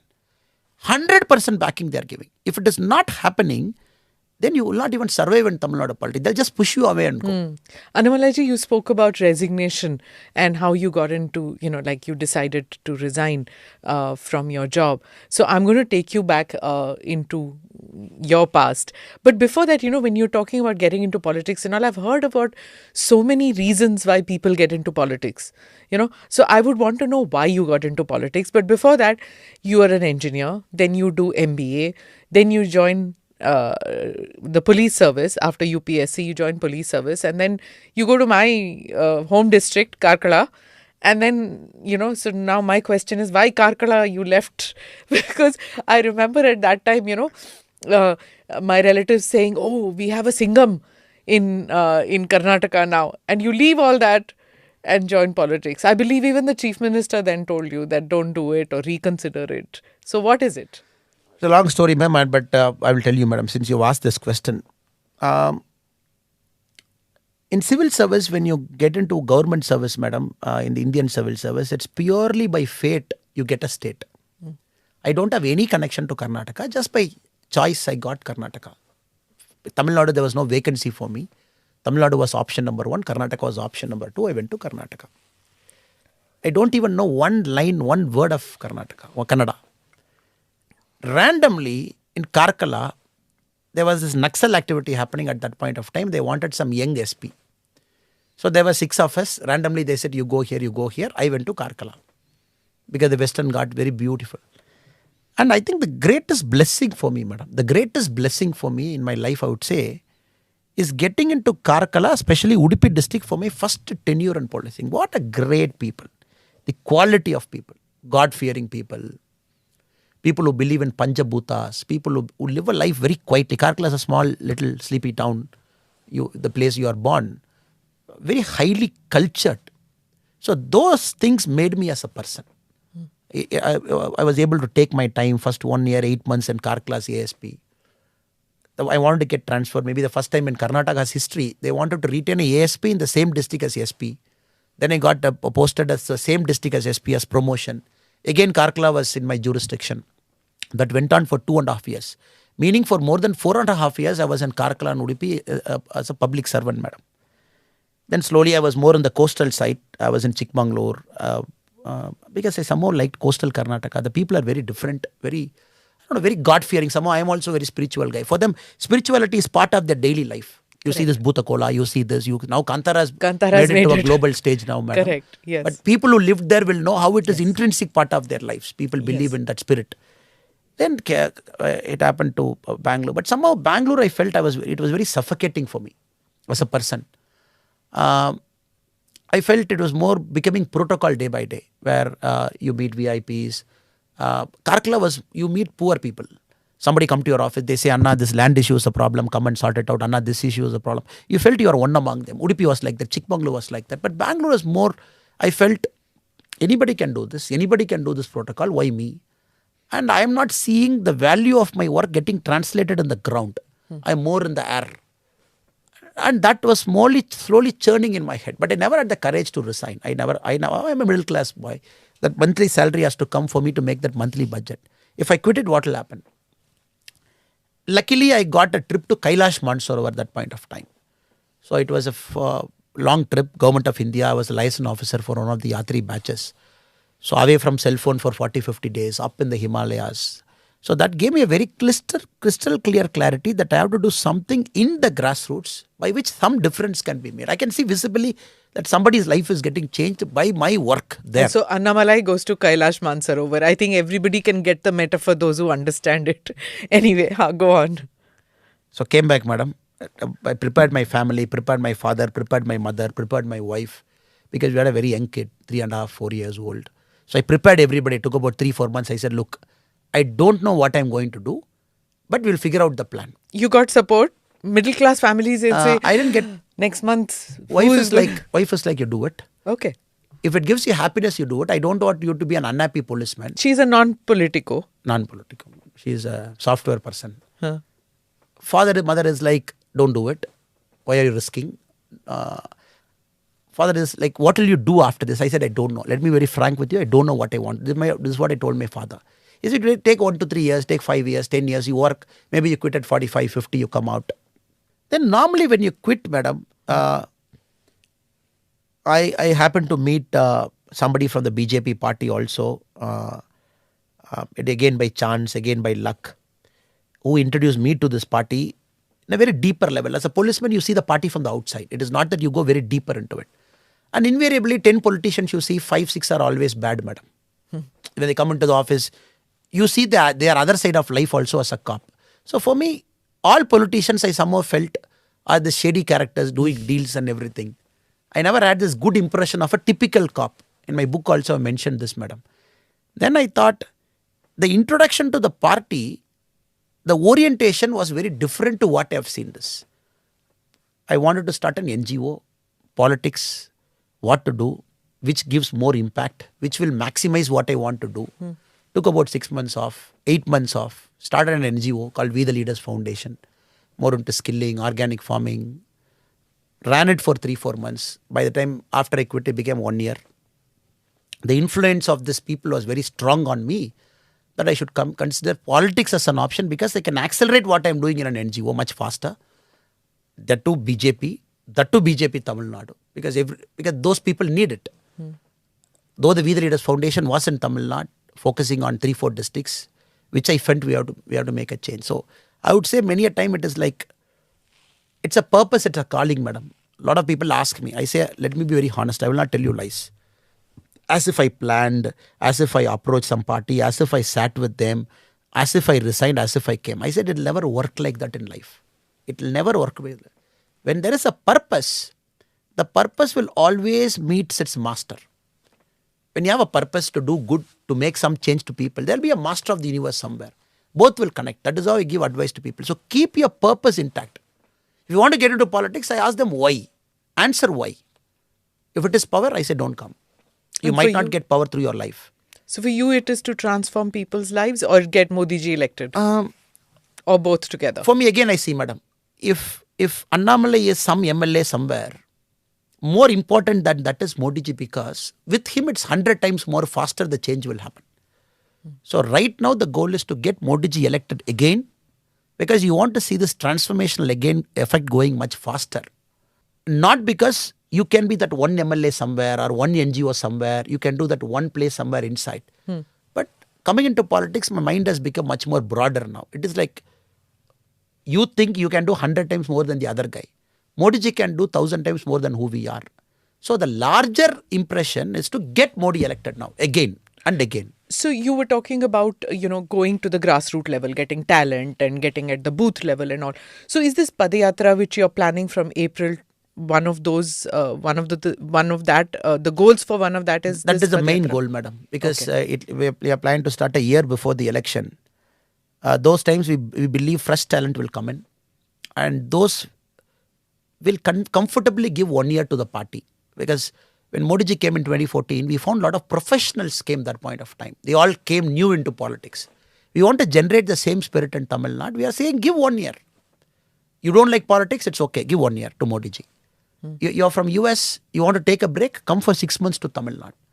You are working in a corporate role in Chennai, but not afraid to come into politics, come 6 months. So I believe this Padayatra would be a catalyst to kind of recharge politics at the local level, which is completely away from the traditional Tamil Nadu political mold. You need money, you need to pay 2,000 rupees for each vote, you got to have star power.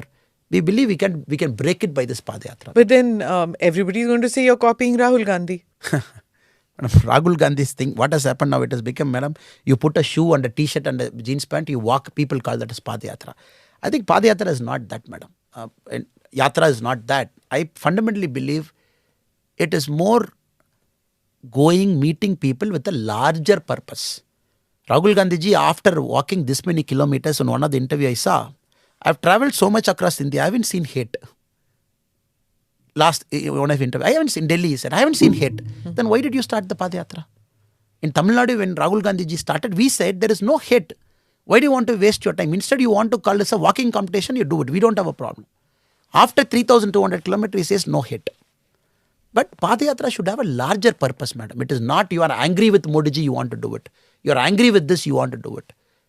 Congress party is weak, you want to do it. No, it does have a larger purpose. Here you want to redefine Tamil Nadu politics itself. He says it is in the midst of hate, it is pyar ki dukan. He's opening up places where love can be distributed through his Padayatra. What are you trying to distribute in your Padayatra? It is to properly connect Modi ji, number one, madam, to all the rural audience. Second, to strengthen the grassroots. And third, to find enough number of volunteers, professionals who will give 1 year to 2024. Because 2024 is going to be a very important election. Like what you said initially. 2024 happens, 2026 will happen. So I see both are in a long journey, both are milestones, madam. Annamalai ji, you were talking about your privacy going in a way because now you have this security which the government has given you. For those who don't know why it happened, could you just tell us that what statements of yours it was? It was about Islamic terror and it was PFI and those kind of comments that led to. I really don't know, madam. But being an ex-cop, people target you for a n number of reasons. I don't know why it is. Why security agencies have picked up some alert, some threat. What is the intelligence input? Nobody shares with you. And in India, we are emerging as a nation, ma'am. As a nation, we are emerging, and we are. Many of us, when we put ideology first and talk very vociferously, you tend to get into wrong people's mind. It always happens. That in a state like Tamil Nadu, we have lost a sitting general secretary of the party who was hacked to death outside his home by Islamic fundamentalist.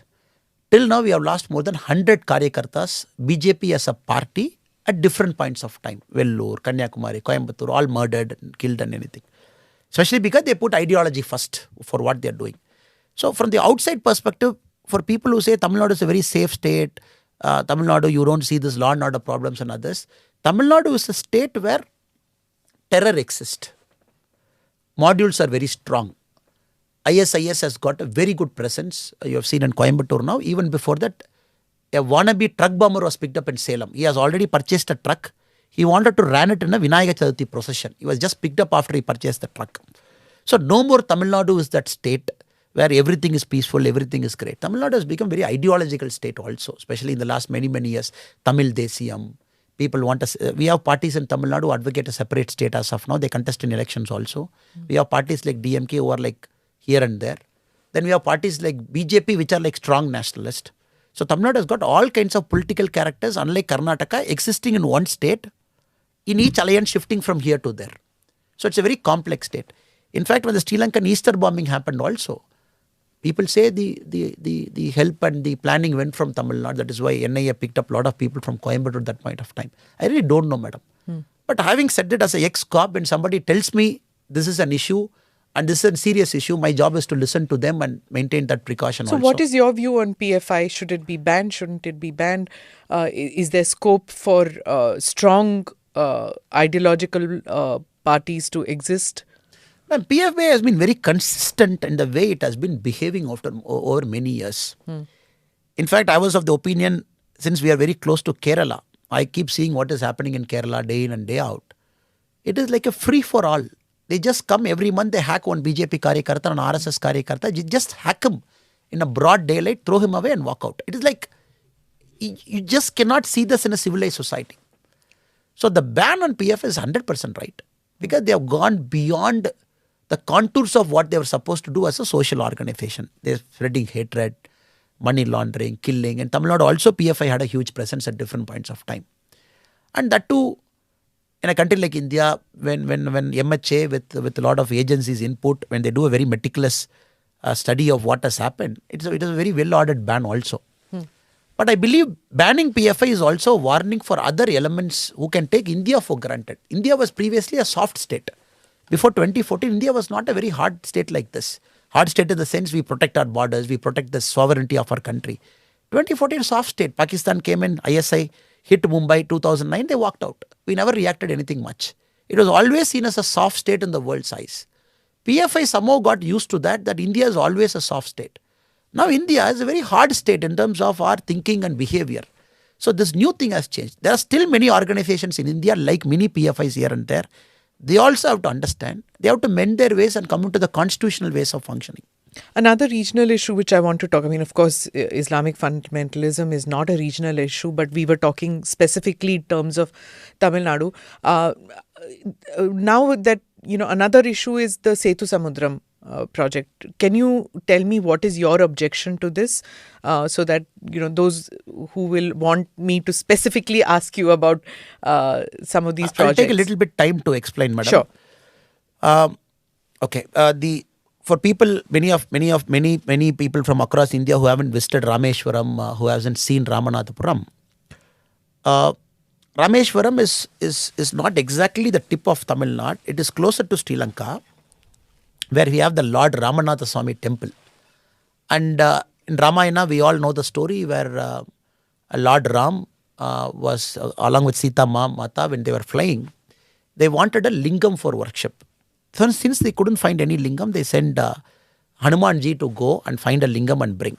Hanumanji came all the way to Kashi Vishwanath temple to find a lingam. By the time the lingam came, Sita Mata made a lingam out of sand and made Lord Ram to pray. And we see in Kashi, the lingam that has come, we see the sand lingam, both present inside the Lord Ramanatha Swami temple now. This is the history. From there to go to Sri Lanka, what in English they call the Adams Bridge. In Tamil we call the Ramar Palam, meaning Ramar's Bridge. In English we call Rama Setu. In Hindi we say Rama Setu. It's a 58-kilometer landmass bridge which connects India and Sri Lanka. From the satellite image, we all have seen it. Now, when the UPA was in power, DMK was very clear. They wanted to bring a Setu Samudram project by which ships, if they have to come to Thoothukudi, they have to come to India, cross Sri Lanka, come above Sri Lanka and come to Thoothukudi. They wanted to bring a structure where the ships will come in India. Between India and Sri Lanka, it will enter, go over Ramasetu and go to Thoothukudi and other ports. They say this is important because we save a lot of money. The cargo traffic will start coming towards India. They will not move over on Sri Lanka. This is the whole idea, madam. They have also made an alignment called Alignment 4A. Alignment 4A, they have given a drawing that will come. Alignment 4A exactly breaks Ramasetu by creating that Setu Samudram project. In 2018 March, the central government gave an affidavit in Supreme Court, our BJP government, where we said, we have an objection to the previous Congress government's 4A alignment in which Ramasetu is destroyed. But the central government is considering other alignment as of now, where Ramasetu shouldn't be even touched. This is because their objection is that there is no Ramasetu, isn't it? DMK's objection. Yeah, DMK and UPA. DMK, Congress, their objection continuously is, this is a figment of imagination. There's nothing like that. But BJP, central government's view is, Ramasetu, we will not touch it. But at the same time, we are not against the Setu Samudram project per se. We will find some other alignment. This thing. 2021 January, the Honorable Prime Minister Narendra Modi ji has put a committee to study the Ramasetu scientifically and give a report in 3 years. The committee is functioning as of now. Parliament recently, when Jitendra Singh ji was giving an answer to a question, he mentioned very direct to a question that was asked, whether the existence of Rama Setu connected to Ramayana is confirmed. Jitendra Singh ji very clearly mentioned that structures do exist. Since it is 18,000 years before, the government as of now, the committee and everything is studying. As of now, Rama Setu bridge is not confirmed, but structures do exist. And of course, the committee is functioning, we will get a report. What Tamil Nadu government did in the assembly is they picked up one line of Jitendra Singh ji. They said, since the central government themselves say Rama Setu did not exist, so we are bringing this project. In the assembly, our members who were there, they said, look, we don't have a problem with that project, which is central government's viewpoint also, but don't do alignment 4A. So BJP stand is no alignment 4A, by which Rama Setu bridge will get damaged. Do some other thing. Now, what is it? What is the thing behind it? Now, I'll also say that, madam. This project 4A, it's a stupid project. I'm using the word called stupid because Jayalalitha madam used it in 2014. She used the same word. She said, when you say big ships can move in this is a very peculiar area, madam. If you look at the sea between Sri Lanka and Tamil Nadu, it's a shallow area. Unlike other parts of India, it's a very shallow. You see coral reef, we have the Rama Setu. In Mantapam area, you have the seawater, this height, you see the land below for kilometers inside. Every time a ship has to come, after the ship going, the sand will come inside and close that route. A continuous dredging operation has to be done in the inside that. For the ships to pass. Jayalalitha madam said, look, huge ships cannot come because the dredging operation has to be continuous. The project will fail. She says even 20,000 ton ships, which Tamil Nadu government owns, called the Pumbugar Shipping Corporation, even they can't come. It will benefit only two people because T.R. Baluji, you own a shipping company. She mentioned the name. Your ships can't come. She mentioned Kanimulli avargal name. She said, you own this Westgate Logistics. You are a shareholder. You have ships. So your ships will come. No Tamil fisherman is going to benefit. So she dared and challenged both the T.R. Baluji and Kanimulli madam. She said, you put it on record, you don't have any ownership in the shipping company. Invariably, Kanimulli madam is the Thoothukudi MP now. Her constituency also comes along the coastline. And T.R. Baluji is a Chennai MP. Till now, they are yet to answer whether they have a shipping company in their name. This is number one, madam. Two, the recent study says, when the tsunami came, lot of damage happened. The coastline between India and Sri Lanka did not get damaged because the shallow waters absorbed all the energy. The coral reefs also. Coral reefs, madam. So technically it protects us from tsunami because the Indonesia plate is always very fragile. So it will protect. Third, madam, is R.K. Pachuriji's committee report. He said economically this project is unviable. The planning commission, which was then in 2000, before 2014 said, for a 25,000 crore project, the 25,000 project that point of time, he said, it can only be functional if it has got a 12% internal rate of return. This project doesn't even get 4%. There is no cost saving, there is no fuel saving, because the dredging money offsets the fuel saving that you will do by skipping Sri Lanka and coming inside. So overall, whatever Sethu Samutram project we have discussed till now fails in multiple counts. For M.K. Stalin ji and for Tamil Makkal, if you want a new Sethu Samutram project, we have to completely work out of the box, sit with central government, do some other alignment which might favor us. The current project will never be a starter. Viable. Okay. Now, I cannot conclude on Tamil Nadu politics without discussing the caste issue, because that is also always, uppermost in people's minds when they start talking about how to give seats, how to give tickets, what is the alignment in Tamil Nadu. The BJP now seems to be fractured in many ways. You are accused of being anti-Brahmin, anti-upper caste. How do you handle that now? It's very funny, madam. For the first time, DMK is talking very positively about Brahmins of our state. For the very first time, they say that look at Annamalai. This is DMK's official MLAs and MPs. Look at Annamalai. This guy is making sure no Brahmins want to exist within BJP party. So Annamalai should be kicked out. This is DMK saying that Annamalai is anti-Brahmin. The only thing they say because somebody resigned from the party. somebody gets suspended from the party. If you take what I have taken some decisions, disciplinary decisions as state party president, they don't talk about any other caste. Of course, we have suspended n number of people of different communities. I don't even know what community they are. But they pick up one or two Brahmin community people getting suspended from the party for some disciplinary reason. They pick up that and say, look, this fellow is anti-Brahmin. This is number one. And which is very interesting to see, because how DMK itself is clueless with respect to accusing me. They should have some basis to accuse, madam. Accusing me of Brahmin bias by DMK is the most idiotic argument in Tamil Nadu's history after independence in 1947. Second, madam, of course we can't believe in caste. We don't believe in caste in But Tamil it's Nadu. not just the DMK, Annamalai. I'm sorry for interrupting. Even the lady that you suspended, she also said, no, that you have a caste bias. They have to say when they are inside the party, madam. Anybody whom you suspend, you take a disciplinary action. When they go out, they give you all kinds of reasons to accuse you of n number of things. Somebody within the party coming out and say, I'm within the party, I'm an officer, or this fellow is doing this, that's a different argument.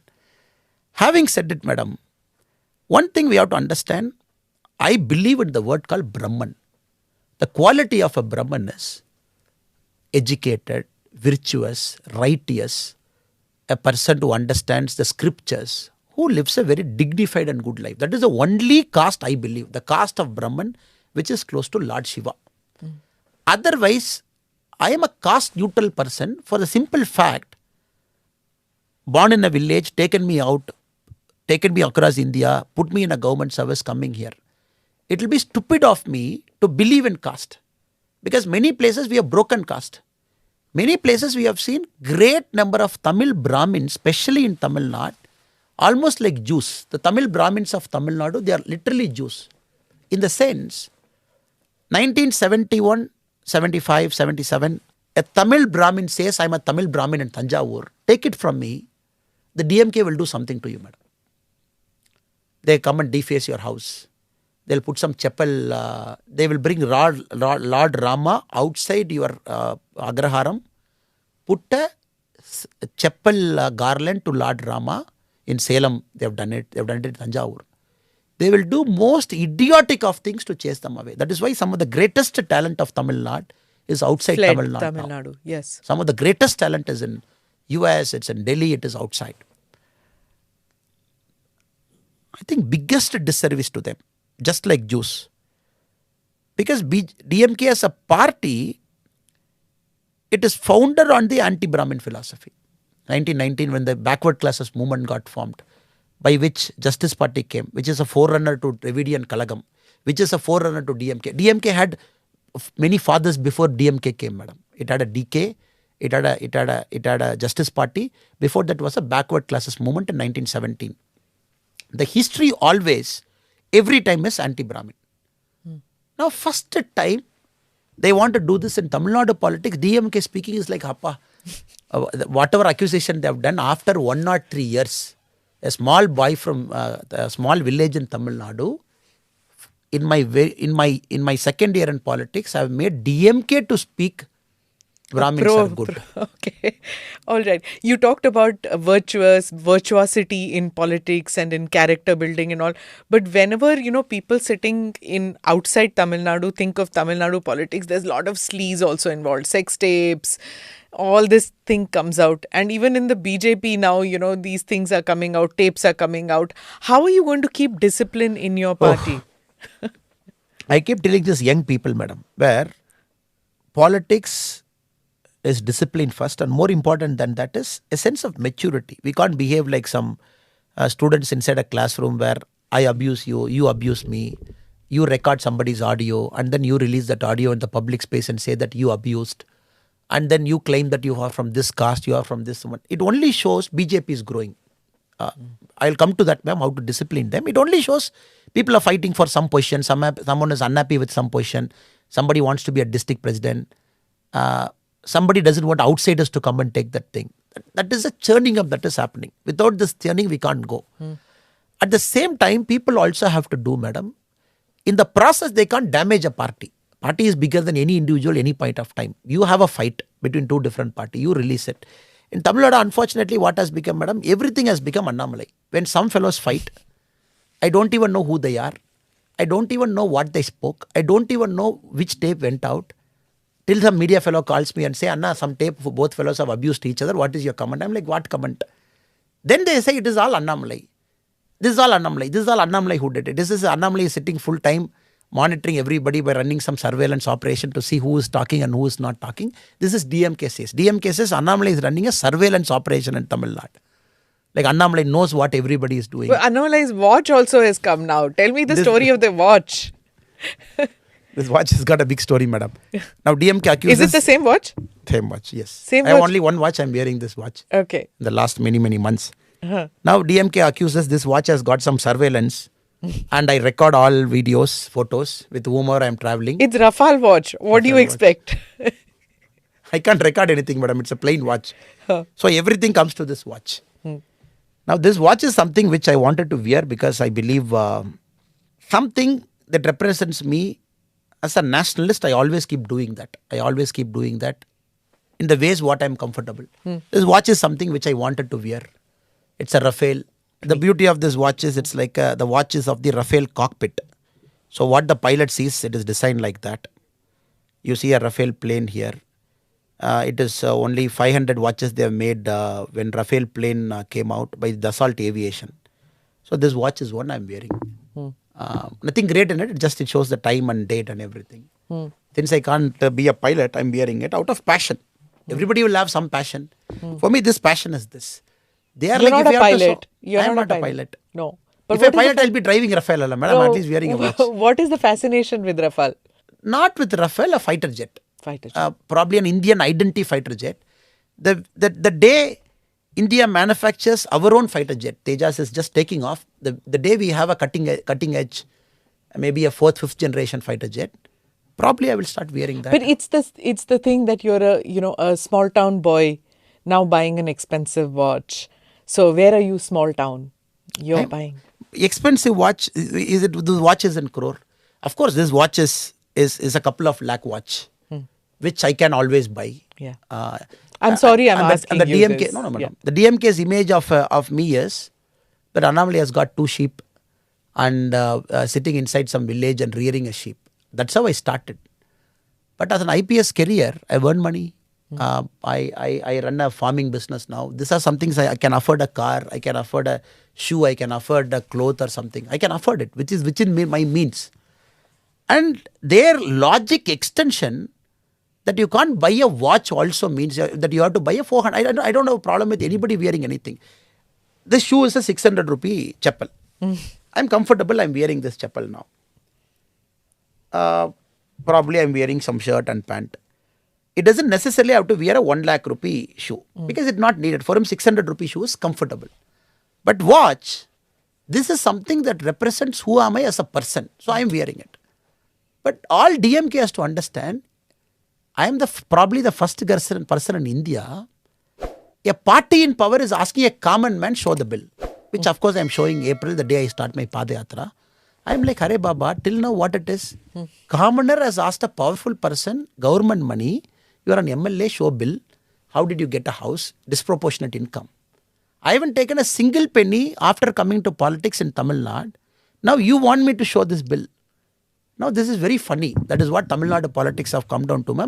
But having said it, it has become a good occasion for me. Because corruption till now, when I talk about political corruption, half the people don't listen. They are like, Tamil Nadu, this is par for the course. What is new you are talking? People have spoken about corruption previously also. We have accepted corruption. You talk about other things. That is Tamil Nadu politics till now. After this Rafale watch, when I mention I am going to release your corruption on April 2nd week, 3rd week, when I start this Padayatra, you will answer to me. Now corruption has become an issue suddenly after many years. They're like, what Annamalai will release?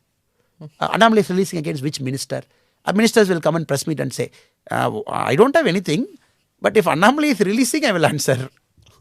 Okay. So you like ruffling feathers. I've seen your press conferences also. You don't hesitate in doing this one-on-one combat with some journalists also, isn't it? Only with agenda journalists I have a problem, madam, because they belong to a particular party. They can't put party's ideology in a press meet. They say there is okay with asking a question, okay with we having an agreement or a disagreement, having a discussion. But continuous party line, press people will defend Ondri Arasa's right to me. They don't understand. It is my comment. It is the view of the party. The press people initially in Tamil Nadu, the fights that you have seen, they will defend Ondriyam's right. I'm like, you have a stand, it's fine. Media can always have a stand. But this press conference is me giving you my stand and the party stand. You should listen. You can't debate and argue with me that your stand is powerful than my stand. So this is where many disagreements come, because they come from a particular television channel which is owned by a political party. One more thing I want to talk to you about, I can't let you go before that, is about women's issue. You spoke about how Karunanidhi had said something about Indira Gandhi and, many times, and about, this lady who was dismissed from your party, who said that there is no scope for women in the party. You had recently said about a certain law and order situation, you said, give me 7 days and I can solve this crime if given a chance. It regarded a woman, a crime against a woman. You said this. What is, in your view, and the other thing which I want to say is that, in many states it's been proven that women vote for the BJP because they are the real labharthis. They are the people who have got benefit by many schemes, pro-women schemes of the BJP, Ujjwala scheme and many others. So now tell me, where do women feature in the BJP's Tamil Nadu unit when you make policies, schemes, programs, your politics, personal politics also, and BJP's politics? Where are women in that, in the scheme of things for you? If we ask any Tamil woman, madam, after the demise of Madam Jayalalitha, it is Narendra Modi ji who is comfortably filling that vacuum where women see up to a leader. I think women don't accept everybody as a leader, madam. For them, it is all, they have to have certain values which they see in their husband, in their father, in their household. Women are very sensitive. They see those qualities in the Prime Minister, that integrity, truthness, taking care of them, as a person who will protect them. They see all these qualities. Then Modi ji occupies that space. Jayalalitha occupied that space for a long, long time in Tamil Nadu politics. For her, the biggest voters were women voters. She will sweep women voting, so nobody could touch her for a long time. Only when women deserted her, like when videos were shown about Madam Sari or Chappell or something, 2-3 elections they deserted. Otherwise, they flocked towards her. So now Tamil Nadu BJP has got a responsibility more than ever that the impression that women are coming towards our BJP and Modi ji, we have to translate that into votes. That is our duty. Having said it, madam, enough number of women are coming into the party. For the first time in Tamil Nadu BJP's history, we have 2 women district presidents. Normally, you don't see women district presidents in the field because they have to fight. District presidents are the people, they fight many times. It's a fist fight. You and DMK fist fight, you and police fist fight. I've given chance to 2 women district president in BJP's history, and Tamil Nadu, you are president. Many people opposed me, like, look, you're putting women in danger. In a crowd, they do all sorts of things. So traditionally, Tamil Nadu, right now, ADMK, all district presidents are male. DMK, all district presidents are male. Always male. It's a history in Tamil Nadu where I've made 2 women district presidents in BJP who had a district unit. I called both of them. I said, look. This is strange because in Tamil Nadu, you go to any office, there are women working there. Very strange, madam. There are scientists, women, teachers, every job. But how come in politics? Women are there as vice president, women are there as secretary. No party gives a chance in Tamil Nadu to women as a district president. Congress, all are male. VCK, all are male. Communist, all are male. We are the only party to women president. A lot of people within BJP opposed me. They said, you can't do that. But here it is all very aggressive politics. Pushing, pulling happens. You are putting women in danger. I called both the ladies. I said, look, I want to trust you. Seeing your performance, I have to convince the other senior leaders and other people. Next 10 women we are pushing. 15 women we are pushing. Because when women are voting for you, when women are not in the field, how will they get connected to the party? Now I am happy to say, these 2 women among the 66 are the top 10 outstanding performers. Booth work, travel. One lady has got a child who's studying in college. The other person has got a school-going boy. But both give 16 hours to the party. They are always in the field. Travel places. Maybe you should do a story of them sometime. Specifically this part, madam. It's very inspiring. We do everything. Because I believe we are preparing the mind. Women, BJP state vice president. We have 4 women. But it is not about 4 women as state vice president, ma'am. It is important, 50% of women, district presidents are there. That is important. They are the people who connect. The office bearers don't connect. Office bearers are here to do politics in Chennai and other big cities. These people are daily there. They lead a team. They form booth committees. They go. We have done it. And that is my vision for the state. Having said it, madam, I don't want to push it too much also. Because it's a male-dominated politics. These two have created that first break. Now the male district presidents, when we do a district president meeting, these are the only 2 men who sit inside that hall. 64 males sit with them. In other places, it is 100% male. Now when they speak politics, the males also, initially their mindset is like, women have come, what do they know? Now they are like, oh, they are speaking. Now they are like, oh, they are equal to me. So we are breaking the general traditional male mindset. This is a very hard work, ma'am, not very easy. Though I can talk very easily in a podcast with you and go. But I really compliment both the 2 women because to change the mindset is very important. They are fighting in the district with 99% males. They are the only female there. So this is something. At the same time, inside the party also, why I suspend somebody, why we take action against somebody as a party, madam, because we believe people should allow talent to flow. BJP cannot be a closed party. Somebody cannot say in the party that I will block somebody's growth. I'm here for this many years. This cannot happen. This is very wrong approach. And we are telling people. A very dynamic approach you want to bring about. You got to allow, madam. I have to take some hard decisions at some point of time. Maybe I've taken very little disciplinary action. That is my last resort. I do a lot of communication, one-to-one, talking, coaching, delegating. We do all those things. Does your IPS training help in that? To take these hard decisions? When it comes to hard decision, I'm not very afraid to take it, madam, because I want to send a message to the whole party, but we are doing it. Because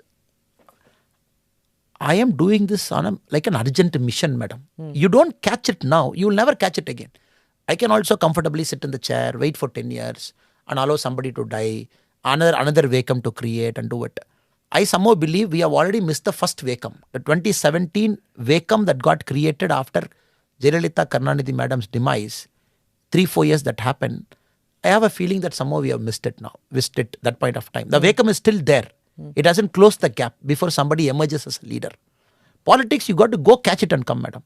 So people say Annamalai is very aggressive, Annamalai is fast, Annamalai is doing this. The reason, madam, I believe you don't do it now, you will not get that chance. Politics is just the time.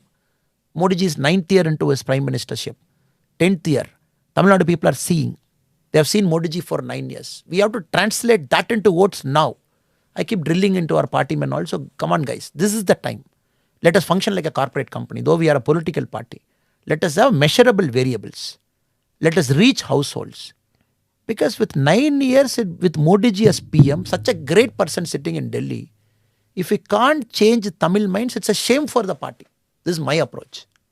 A lot of people say, no, Annamalai, you're too fast. You wait for some more time, things will happen. I'm like, 2024, Modi ji is 100% going to come. It will be a fool of a voter to say, I am going to vote for some MP who will not be BJP, knowing fully well Delhi you are going to come. It will be a waste of a vote. I'm saying it is only 16 months. Tamil people, for the very first time, they believe Modi ji is going to come. 2014, they did not have a belief. Tamil people, Modi or lady. 2019, these people did negative campaigning. 2024, very first time, Gujarat they are seeing other states. Next they will see Rajasthan, Madhya Pradesh, every state coming, including Karnataka. I'm believing it is going to set a very positive narration till 2024. And 2026? 2024, we come inside, madam. Then we are there. Okay. We got to show some MPs inside. 2026, build on that and reach it. 2024, you miss the bus. So for me, the sense of urgency, the reason I'm in a hurry.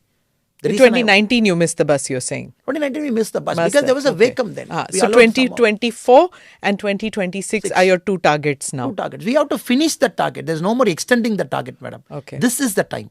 With Modi ji, 9 years now. If you can't do it. I think your name should be changed to Annamalai now, isn't it? That is why people say I'm people Man call in a me hurry. Man in a hurry. But I have to do it, madam. There's no other option. Sometimes I rub the wrong way. Some people are uncomfortable with me.